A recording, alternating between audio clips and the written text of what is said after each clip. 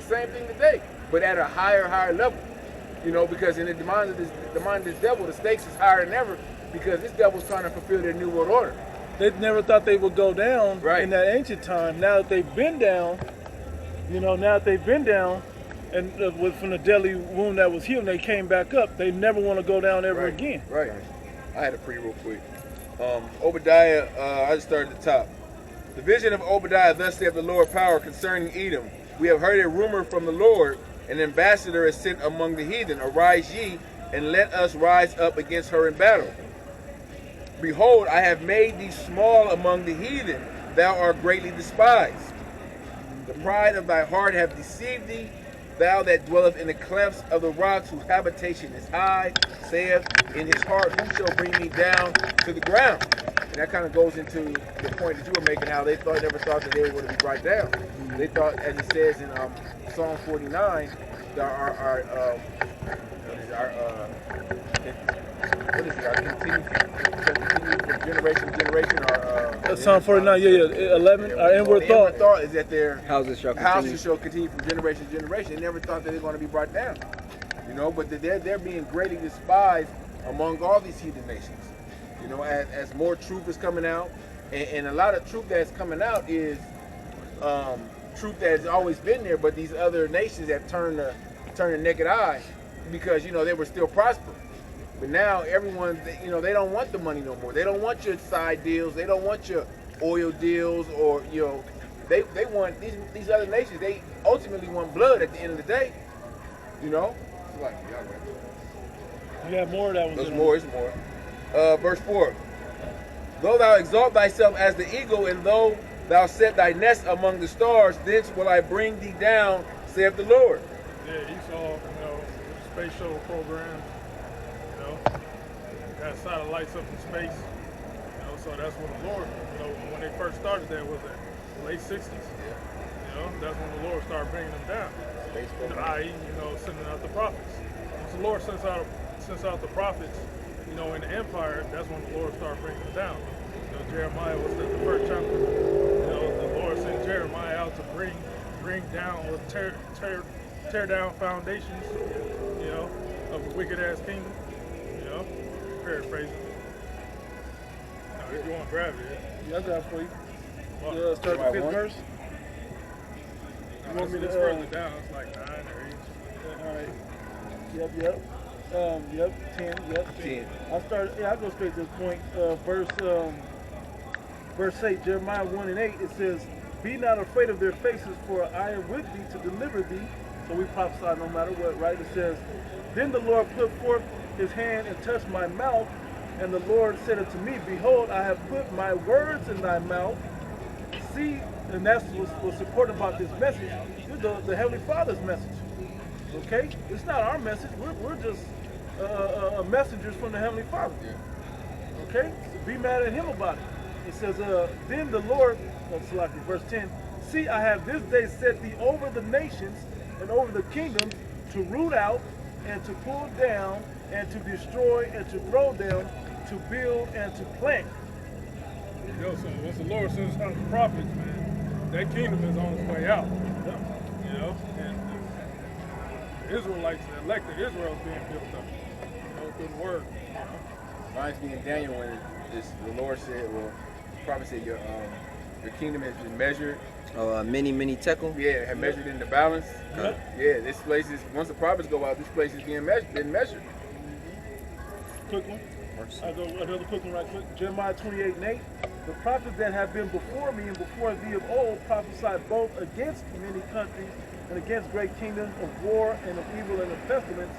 And that's why we're out here prophesying that warning of these troubles to come, to warn our people to get right, but also the power of prophecy that these empires and countries are going down. Basically, the nation of Edom are going out of control of the earth.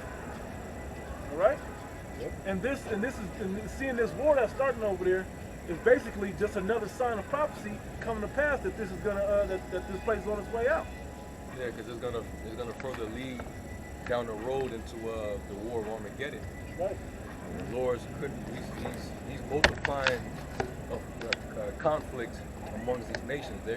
it's like a building. Yep.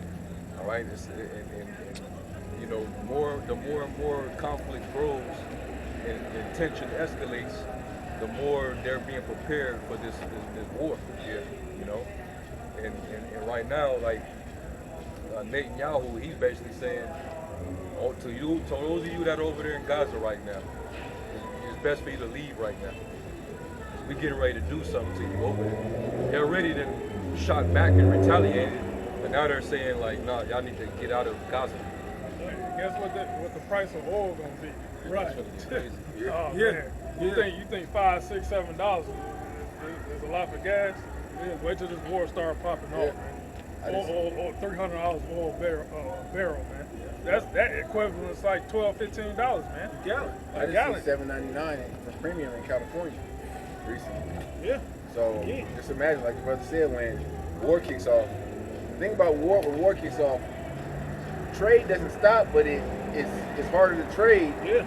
You know, it's harder for the things to get traded. So of course, with the higher risk because of war, it's going to be a higher a price put on everything. Forget about 13.5, man.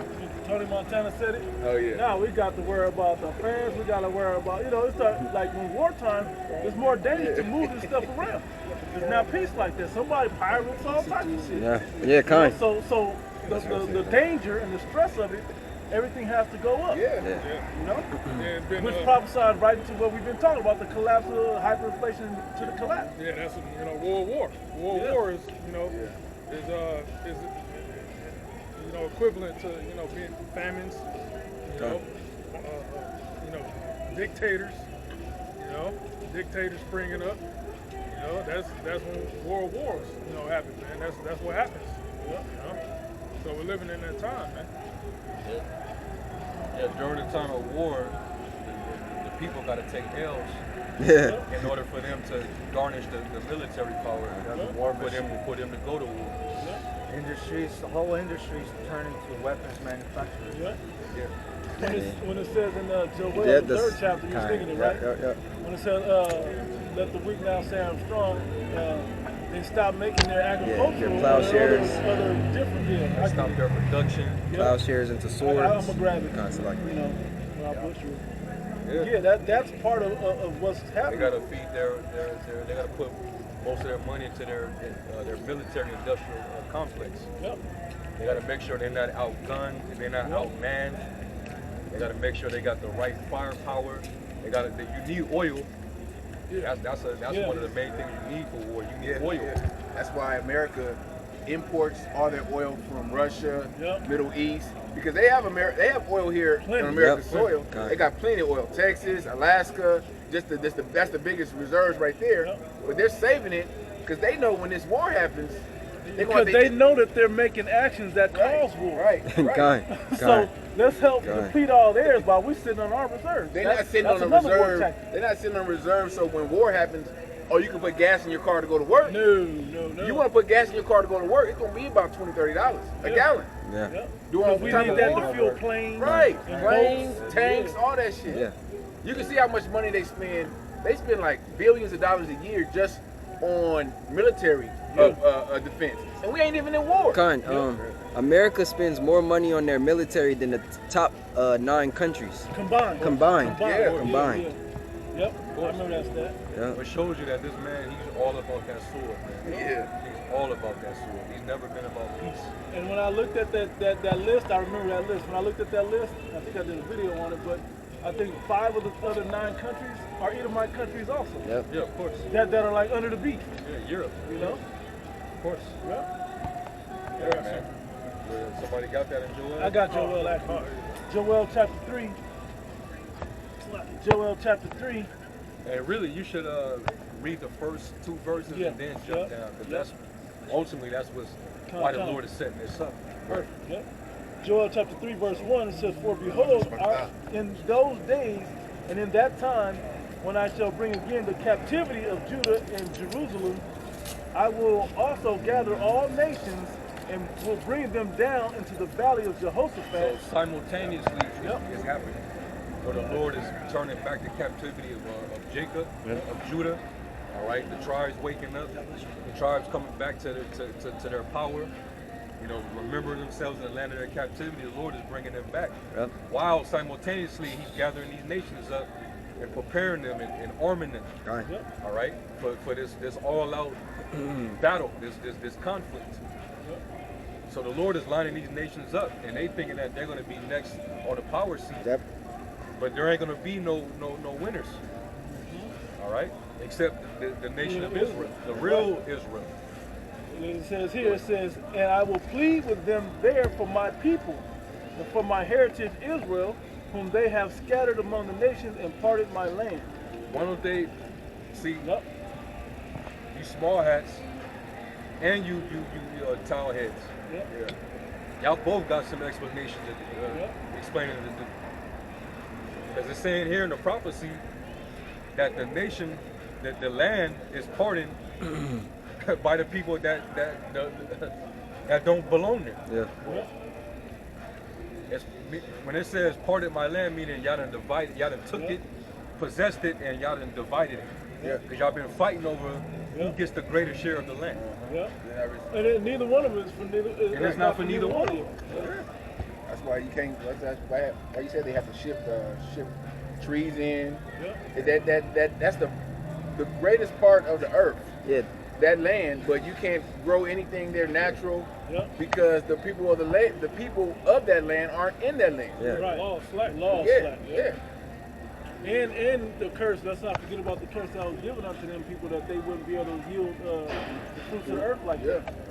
And even in the most fruit yielding land, they can't really produce it. Fertile. The most fertile. The Look, fertile the place. Euphrates River is one of the main sources for that land. It's dried up. Yeah.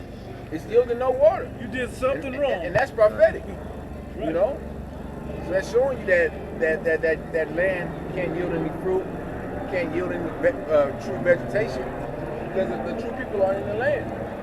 That place is like a sin city right now. It is. Well, it's one of the sin cities of the world. Tel Aviv. Yep. Yeah. Dubai is another one. Yeah. Vegas, of course. Yeah, you can read down to it. I want to read this real quick. It's from Britannica, and it says United Nations Resolution 181, Israeli-Palestinian history. It gives you a map, the partition plan that was approved by the UN General Assembly in 1947. Why is the UN ruling over God-given foreign, land. you know what I mean, land that's 1,500, 2,000 miles away from United Kingdom or United Nations, but that's one of the main. Why are they ruling over that? Who gives them control over that? And that's clearly show you that this white man, this so-called white man, this Esau, he's controlling he's controlling everything, and people don't even. But back then they didn't even realize. The people were blind to this devil, but now everyone's waking up. Everyone can see who's doing this. Who's the actual the common denominator between all these nations' problems is this devil. No, the Christians never questioned these people as to going into the scriptures, trying to make them prove why they're the people. How do you fit in here? You know, show us where it says that this would happen. That it would be the what was it, the Balfour Declaration? Yeah. Yeah, I have to. Here we go. You know. Palestine for the Jews, official sympathy.